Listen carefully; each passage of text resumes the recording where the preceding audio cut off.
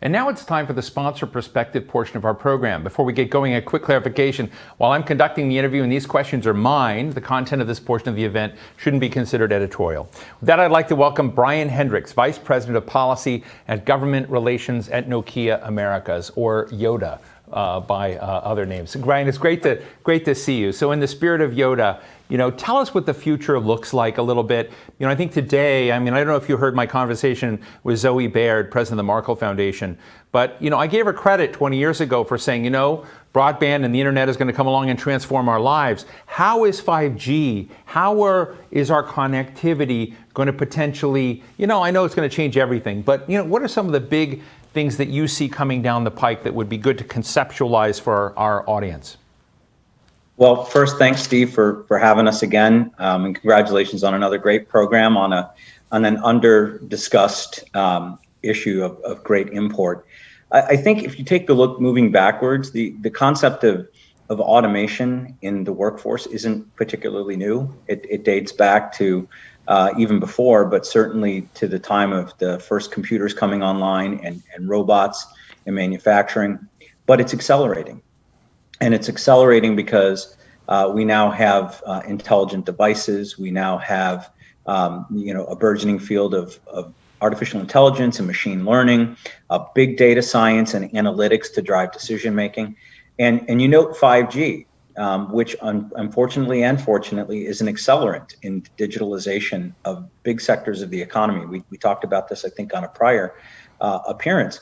We're going to be looking in manufacturing and what we call as one of our target verticals, intelligent manufacturing, at a completely different orientation of the shop floor of the future, one that moves away from the idea of large machines, single purpose factories, tethered to outlets and big bulky cabling, to lean multi-purpose machines with batteries, all networked wirelessly to a tablet and an operations manager who can reorient the factory multiple times during the day for different production runs for different customers. And that's interesting. That has enormous value in terms of productivity, but it's going to fundamentally shift the nature of skills that are necessary to be employed in manufacturing. You can still be a machinist to keep the machines in operation, but you're going to need upskilling, as your past guests have talked about, to make sure that you're proficient in battery systems and communications capabilities to keep those machines online. We're seeing applications in what we call precision farming, where you're going to have equipment on the farm that is going to be fully censored and networked for operations, big data sets driving decision making on when to add nutrients to the soil, when to harvest, when to irrigate. So we're talking about digitalization of sectors, much more being driven by machines with intelligence. That's going to dislocate some workers, and some workers are going to have massive retooling that's necessary. Some, like the machinist that I described, might be able to be retooled with more limited training. But as you go across the sectors, we look at the way that you're seeing delivery of groceries. There's a wonderful company called Nuru that's way down the road for autonomously driven small vehicles to deliver your grocery order. So it's not just being able to shop and order online and do curbside pickup. You're going to actually have the ability for a self-driven automobile to show up and deliver your package. So this is going to dislocate workers in the logistics fields as well. And so it begs the question, how do we retrofit the skills? The good news is that which giveth can or taketh away may be able to giveth, as a turn on the old saying. And that is that 5G brings with it tremendous new capabilities that we didn't have in terms of the capacity of the network and the low latency. So we're going to be able to do things, not just self-directed video learning, but we're going to be able to do things like augmented reality, virtual reality for simulation-based training. Eventually, as we reach the target speeds of 20 gigabit per second data rates in the network, you can start talking about haptic feedback, real-time feedback to a device that you're using that might be able to help train a surgical tech or a dental hygienist. So there are tremendous opportunities to use the technology, but as I said in the promo for this event, connectivity is the coin of the realm.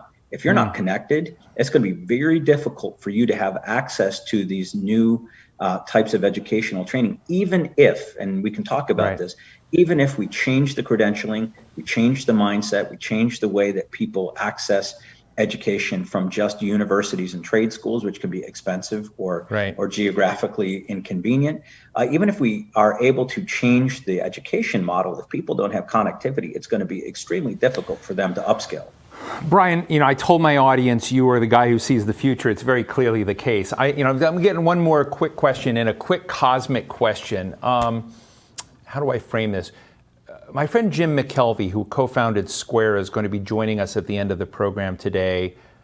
And Jim has a book that I'm obsessed with right now called The Innovation Stack. And it's essentially not just about an entrepreneur coming up with a great idea. It's about all of the steps that are taken to create a virtuous circle, to survive, to win, to thrive as a firm. And, as I think about this question we're struggling with, and, you and I did not coordinate, I'm just sort of interested in how you see it. Cities are almost sentient. Big firms have to get themselves, government has to begin thinking about it. And we as individuals in all of this need to know how to position ourselves in a way and equip us for this future that's coming. But when cities are going to be trying to fix problems they have, like Jim McKelvey describes in the Innovation Stack, how do you see technology in this next set of platforms becoming the itch that everyone has to scratch to survive and fix our social problems? Well, first, let me say that technology is a very divisive issue. If you looked, for example, at the Pew Research that was done, I think in May of 2017, 2018, on the future of jobs, they did a lot of surveys about people's attitudes, and about 90% of respondents said, I acknowledge that technology is ultimately going to drive automation and job dislocation, but the confidence that people had in the ability of government, private industry, and others to respond in a non-fragmented way, to reorient the training that would be available to them, the confidence dropped all the way from that 90 down into the 60s. And the polling that we've actually done and seen others do about attitudes towards technology are really important to understand, because every one of us knows somebody who has been dislocated by automation. But the attitudes towards technology, the distrust and the fear of technology that is expressed in the electorate, and not just because of partisan issues like content platform moderation, but because of this automation issue, as long as distrust and fear of technology persists, our ability to respond and ask people to trust in technology to be able to retrofit their skills is going to be a challenge itself. So I think part of it has to be about attitudes towards technology and how we talk about it. The other thing is, there's no polite way to say this. We suck at responding to the need for education and reskilling. It's not a new phenomenon, but we still far too many instances where the furniture plant closes and the wood turner is out of a job. We respond with economic adjustment assistance, and he spends 9 months looking for another wood turning job. And when he doesn't find one, he becomes discouraged and he becomes structurally unemployable and he drops out of the labor force. We just need, and there are good responses. You've heard about some of them from your guests here today, but they're happening in a very fragmented, siloed approach.